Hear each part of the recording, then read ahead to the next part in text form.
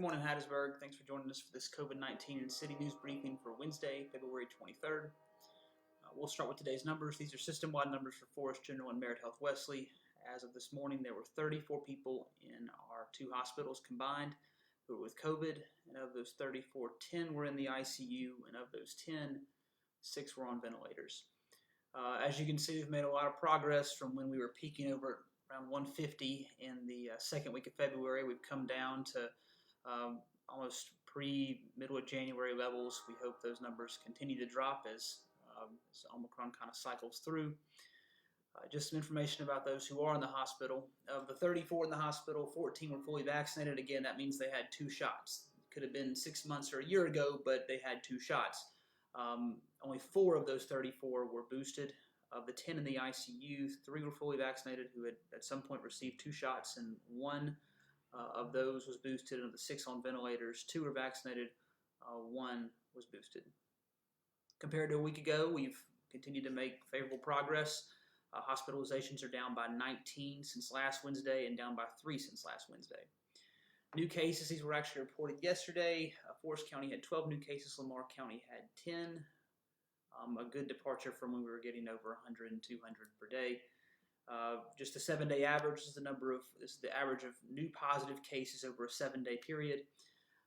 53 a week ago, down to 17.71 new cases over the past 7 days in Forest County, and then down from 53.71 to 17.57 in Lamar County.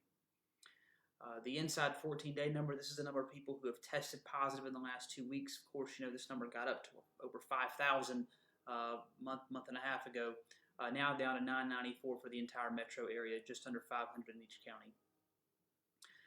Some vaccination updates. Forest County has hit the 43% mark in terms of fully vaccinated, with an additional 4% who have received 1 dose.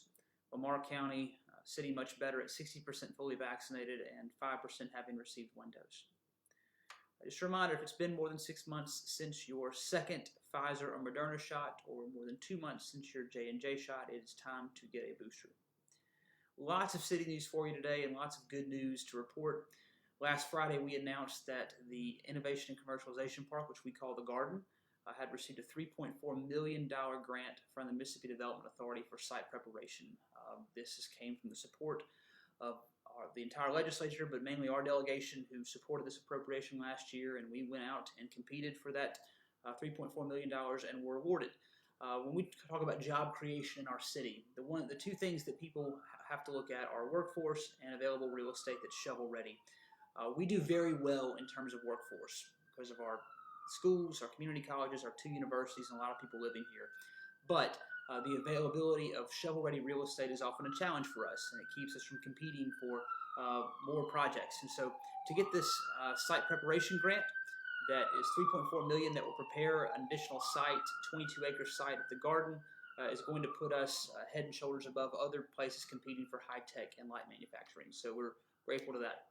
I also want to congratulate Major Shannon Weaver Harris. She was recently promoted to the rank of Major. She's the first African-American woman in the history of our police department to hold the rank of Major, and we're so proud of her, as well as our new Major of Operations, Tony Fontaine, for rising to that next level of leadership, and we love seeing history being made in our city and in our police department. One traffic notice to pass on to you. Hardy Street, of course, we're in the middle of construction of a roundabout near Hardy and 2nd and Adeline and Green. For Thursday and Friday, we hope, only Thursday and Friday, we will be closing the intersection from Mamie Street all the way to 1st Avenue down by Trinity and Firestone. If you are going around that, you can take that right there and then cut around to Corinne to get to that 1st Avenue intersection. If you're going to Hawkins Elementary, you'll either need to go off McLeod or St. Paul and then circle around to Hawkins that way. And so again, only hope this only lasts a couple of days as they start to work on the next phases of this project. Also want to remind you this Saturday is the Mardi Gras parade at 4 p.m. It'll go from 49 and Hardy. Actually, it'll start near the Hillcrest dormitory, come all the way down the service road, down Hardy to 38th, and in there. This is always a big parade. This year a little bit later at 4 p.m. They're going to start shutting down roads at 2:30, so try to get in place wherever you're going to be early. And again, we thank the organizers and Key Superstores for putting this on for our folks once again. I want to also congratulate our Hattiesburg High boys basketball team. Once again, they are in the Elite Eight with a chance to go to the Big House just like they did last year. They'll play Florence this Saturday at 7 o'clock at Hattiesburg High School. So we encourage you, if you're in town, to please come out and support our Hattiesburg High boys basketball team as they play Florence with a chance to go back to the Big House. I also want to congratulate the Oak Grove High School Theater Program. They won Best Production at the Theater Association Secondary Festival this year for their performance of The Old Man and the Old Moon.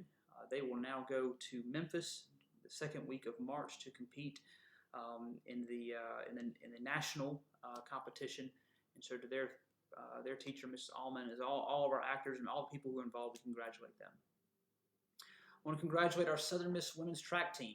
For the second straight year, they won the Indoor Conference Championship. And so just proving last year was not a fluke, but they continued to make strides. And actually their coach was named Coach of the Year. And so we congratulate the Southern Miss women's track and field team.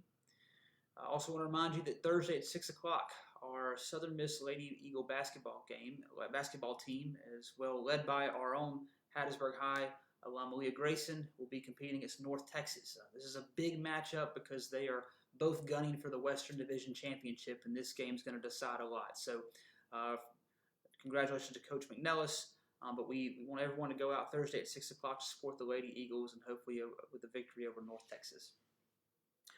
Also to remind you that it's now Southern Miss baseball season, and after a heartbreaking 13-inning loss last night against South Alabama, our baseball team will be back in action at Pete Taylor Park this weekend against Jacksonville State. Game times are Friday at 6, Saturday at 2, Sunday at 1. And if you did not make it to last weekend series, the atmosphere is absolutely electric, and we have a lot to look forward to with Southern Miss baseball. As we continue in the week, remember to wash your hands, take care of yourself, wear a mask when you're around others, get your vaccine or your booster shot. Most of all, be kind. Have a great rest of the day.